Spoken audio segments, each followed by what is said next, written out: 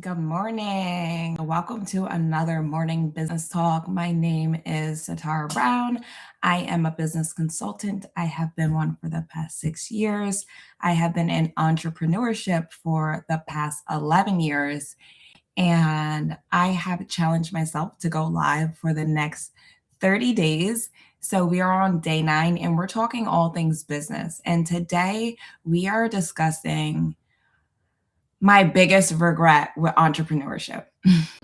I like to say that I am a person that has no regrets, but when it comes to entrepreneurship, I would really say that my biggest regret is not knowing that what I was doing was entrepreneurship. I didn't grow up wanting to own a business. I did not know much about entrepreneurship.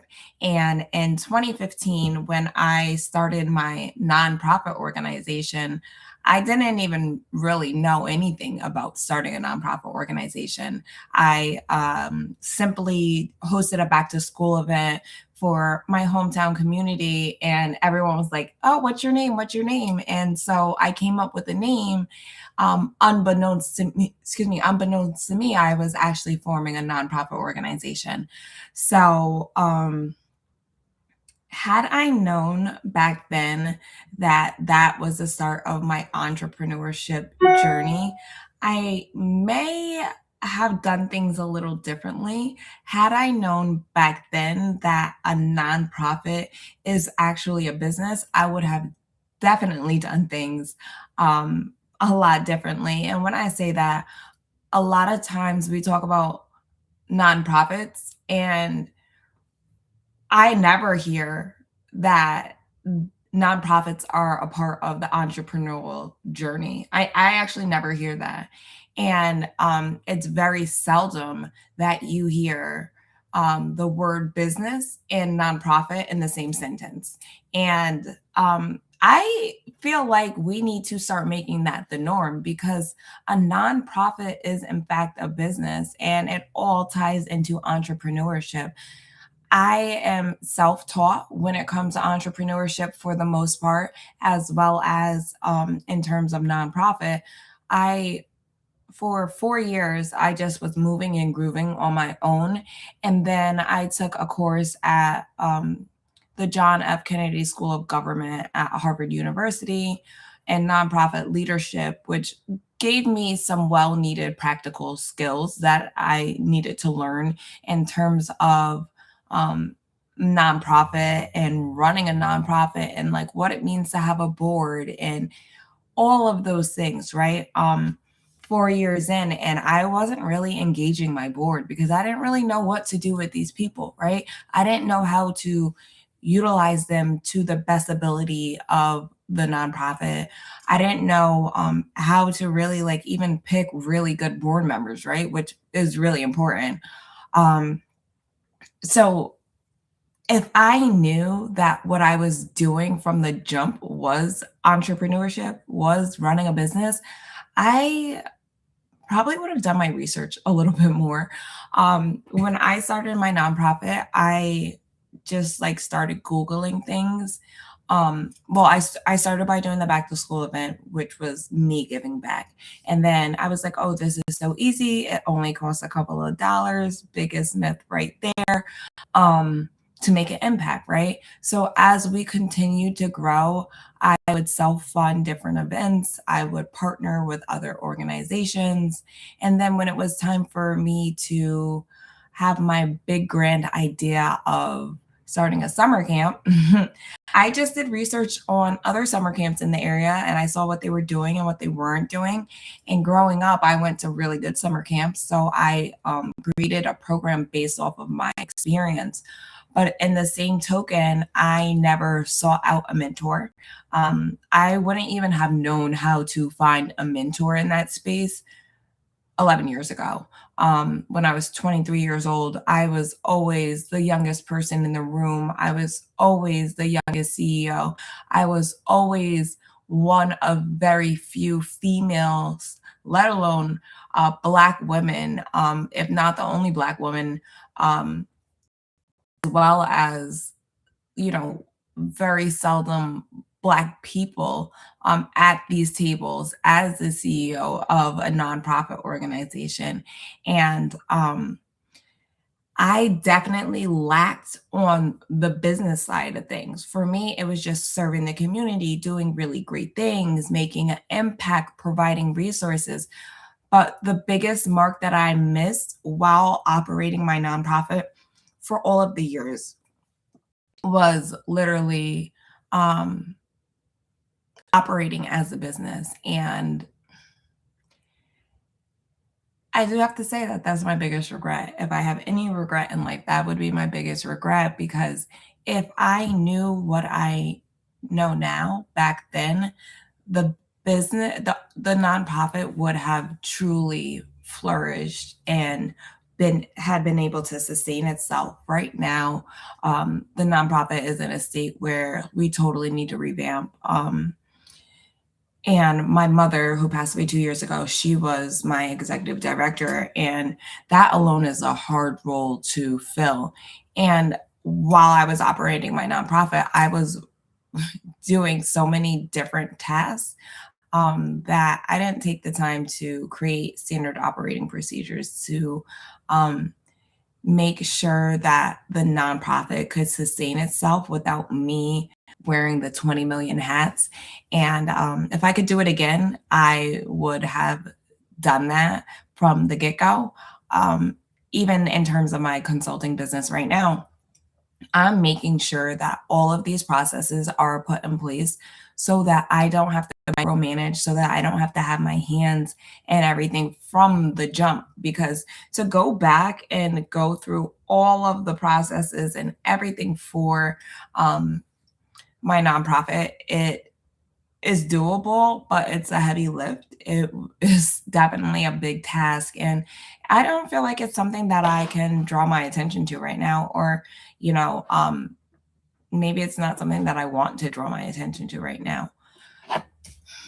So if I could lend anybody any advice, it would certainly be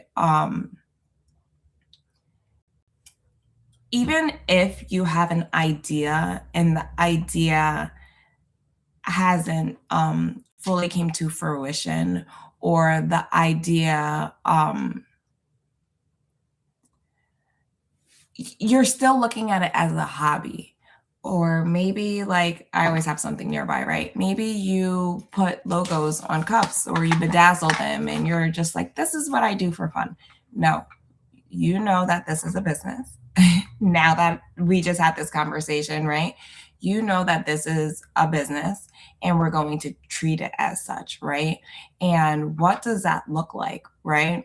Um, what needs to be done so that if you went on maternity leave, if you got a huge opportunity to travel abroad for a year, that your business can continue to run.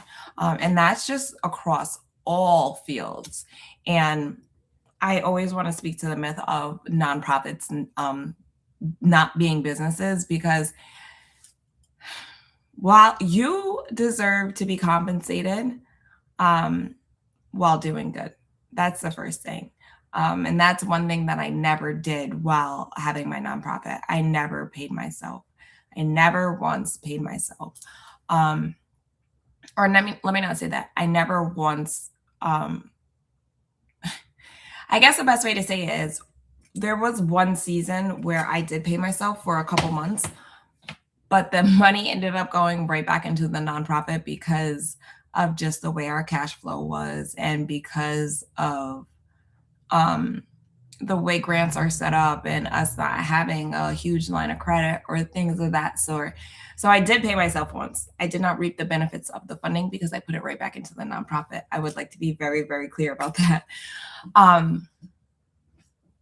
But yeah, so like having that infrastructure is so important, because when you are just solopreneuring it, it just comes, you're going to plateau. You're going to reach a point in time where you just are burned out. Like, you can't just keep doing everything, and you're going to have to bring other people on. And I said this in another one of the morning lives. I can't remember what date exactly it was or what number, but when you bring people onto your business, like it's great, right? Like, oh my God, I'm going to get all this help. But you have to understand, regardless if they're professionals or not, which I would hope that they're professionals, you have to provide the blueprint. You can't just onboard people and just say, hey, fix all of the problems, or hey, dive in, right? You need to be able to have clear cut roles, goals, and expectations. And in order to do so, you need to at least begin to create these systems, whether it's simply all on an Excel and it needs to be put into like a formalized CRM system, or you use some type of tool to project manage all of these things, but it can't all be in your head, because if it's all in your head,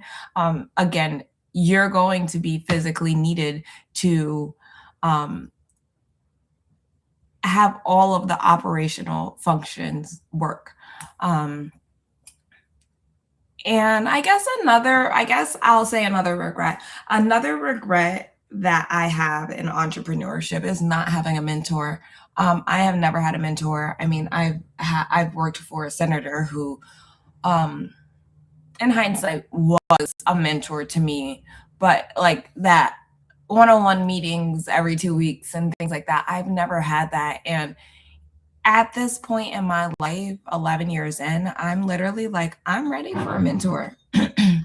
And it's very funny because I have been mentors to young girls for over a decade, maybe like 15 years, and I never even thought of the need for myself to have a mentor. I didn't grow up with mentors. Um, so I would have definitely gotten much further if I had a mentor. I definitely would have avoided a lot of mistakes if I had a mentor, for sure. So, two things. One, knowing that I was operating in this entrepreneurship realm, knowing that I had a business, is my biggest regret. Number two is certainly um, having a mentor. Like, everybody needs a mentor, no matter what stage you are in your life, in your journey, no matter what you do. Everybody needs a mentor, because life can feel so isolated. It could feel like, you know, we're the only one going through what we're going through, but been there, done that. There's always someone who has been there and done that. And if you can learn from their journey, from their mistakes, from their wins, from their highs, and from their lows, it will cut a lot of time out for you getting to your own destination. So that's what I have for today. I will see you again tomorrow for episode number 10